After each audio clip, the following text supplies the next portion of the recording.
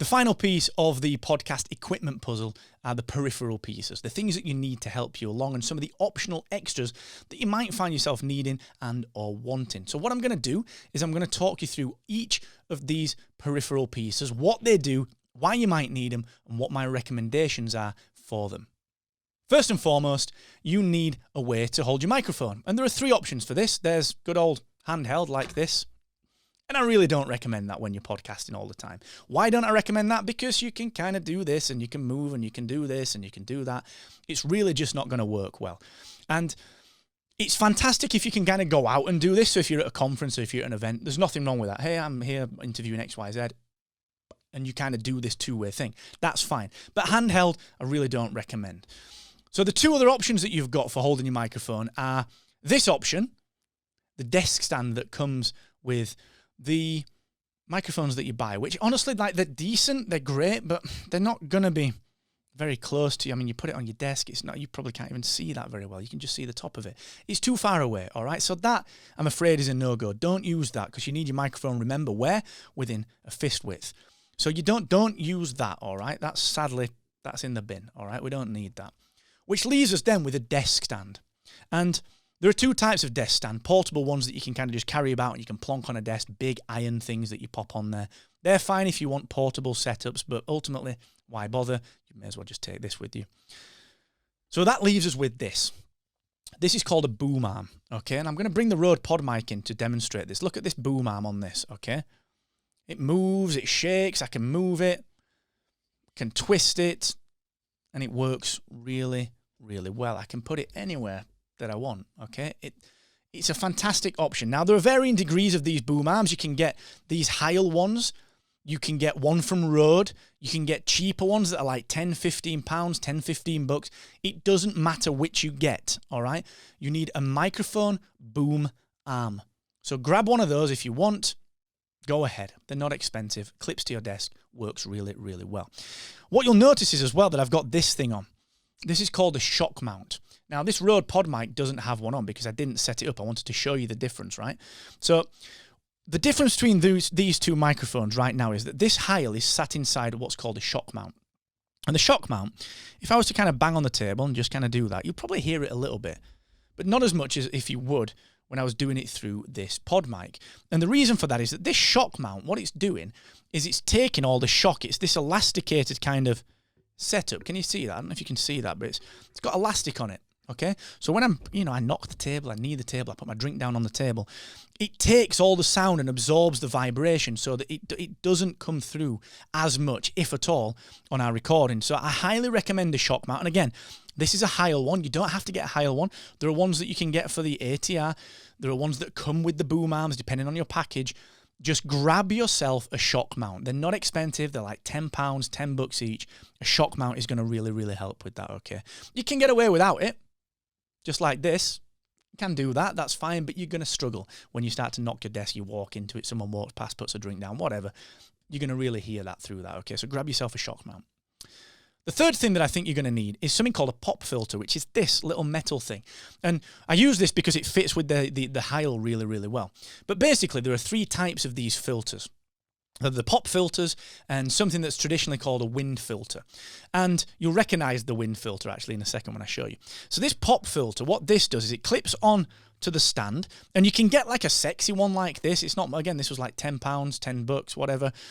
And what it does is it stops something called plosives. Now, a plosive is when you are talking and you go, peas, Batman, and you do the p and the b and the d and the t. So the plosives can really pop your mic and they can really kind of spike your audio. They can really be distracting to listen to, all right? So what this pop filter is intended to do is it stops that. It filters it. It's called a pop filter. It filters the pops from the audio, the pop, okay? So I would recommend a pop filter, and they come in different shapes and sizes. They come like this, like kind of all sexy looking, that clips onto the microphone, or they come a little bit more simple, like this. And what this does, this is a pop filter that clips on to your boom arm and then sits right here in front of it. Obviously, you wouldn't have two on. Let me demonstrate this with the Rode. You would clip this to the arm, boom, clip it on there, and the Rode can just have the pop filter in front of it like that. Now, these are great. These big ones are great. This is one that I use all the time for my other mic setup, and it's brilliant. It works really, really well. It captures a little bit more of it in my view, but I mean, this higher, you intended to be on top of it anyway, but it'll capture everything. So have one of those. You'll see a lot of stock photos and a lot of like singers use these. So a pop filter, again, $10, boom arm, shock mount, pop filter. That kind of gets you your mic set up, all right? And you can match that up with the ATR 2100, and you can match it up with the Samsung, the pod mic, the highlight. It doesn't matter what microphone you use. It will work for all of them. Now, the third variant on a pop filter is this. It's the wind filter. It's the wind filter. You know when you see reporters out in the field reporting on sports and such like, they're using these, aren't they? They put them on the microphone, and guess what? Here's one I prepared earlier. It's on the ATR. Look, I can pull this off. That's the microphone in all its glory, the bare naked microphone. The problem with that is, even though it's got a pop filter supposedly built in, if you get a bit close, you can kind of just get the pops coming through. These cost about £1. They cost about $1 from Amazon, all right? They're not expensive. And you just pop it on, and it gives you the ability to kind of stop the plosives, stop that popping. But also, if you're out and about, it does filter the wind out, so you don't hear that when you're out and about recording. So the bits of foam, they're not anything, all right? So just take your pick. Which pop filter do you want? Do you want a sexy one? And if you can find one for your microphone, brilliant. Do you want one of the more standard ones, which I highly recommend, about $10, clips to your boom arm? Or if you're using the ATR 2100, actually, are you going to opt for the old classic out in the field reporter style, which they are fantastic. They really, really work. So any of your choices there will work just fine. The next thing that you're going to need then is cabling. You're going to need cabling for your microphone to connect it to whatever you decide to connect it to. So I've got this cable here, and there are variations on that. Now, there are only two types of cable that you're going to need, and it depends on your recording setup. So if you've chosen the ATR 2100, okay, you don't need to worry about this, because actually, it comes in the box with a USB cable, and I recommended that you plug it into your computer and record through Squadcast. You don't need to buy a cable for this. You don't need to buy a cable. The same with the 2100X, the same with the Samsung Q2. You don't need to worry about cabling. Just get what's in the box, plug it into your computer, and you are all set.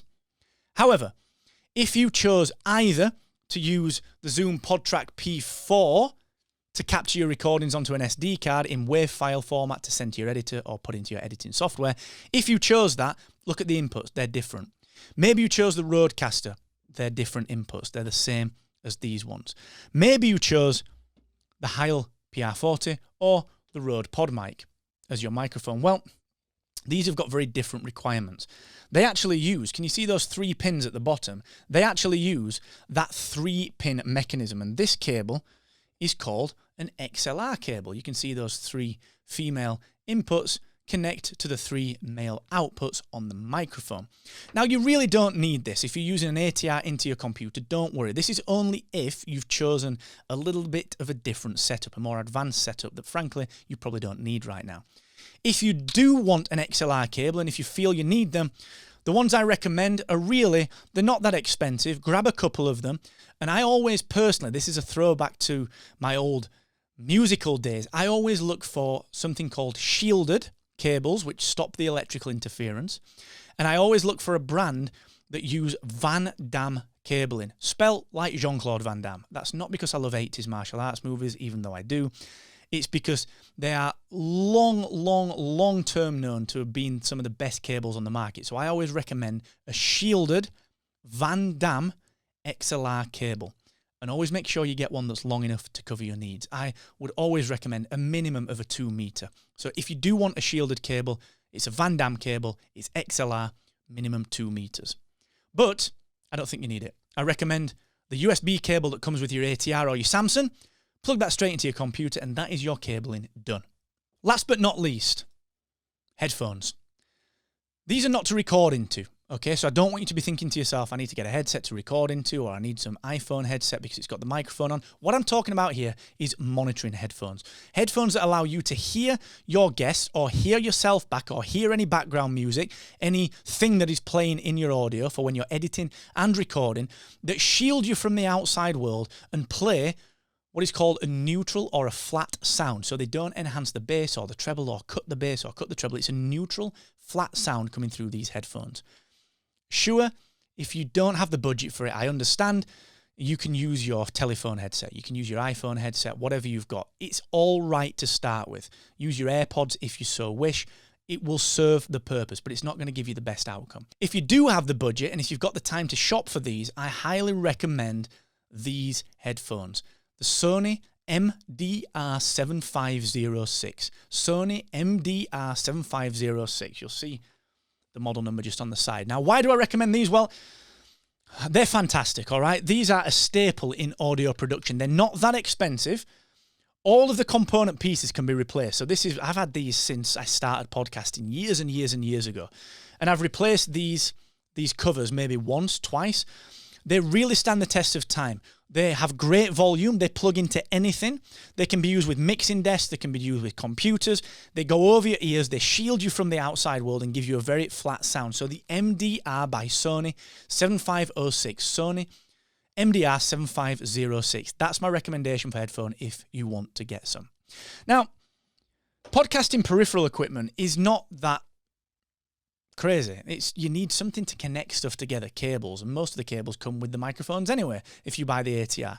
You need something to hold your microphone, a boom arm and a shock mount. You need something to stop you popping into the microphone, a pop filter, whether you use a windshield, the classic big black pop filter, or this sexy silver one. And of course, all you then need to understand is just really, how do I put all of this together? How do I work with this to the best of my ability? All right. And the key to this is simplicity. So to recap, ATR 2100 into your computer using the inbuilt cable, record using Squadcast, put your ATR onto a boom arm like this with a shock mount and a pop filter, and get yourself some Sony headphones, MDR 7506 if you've got the budget for it. That is your recording setup done.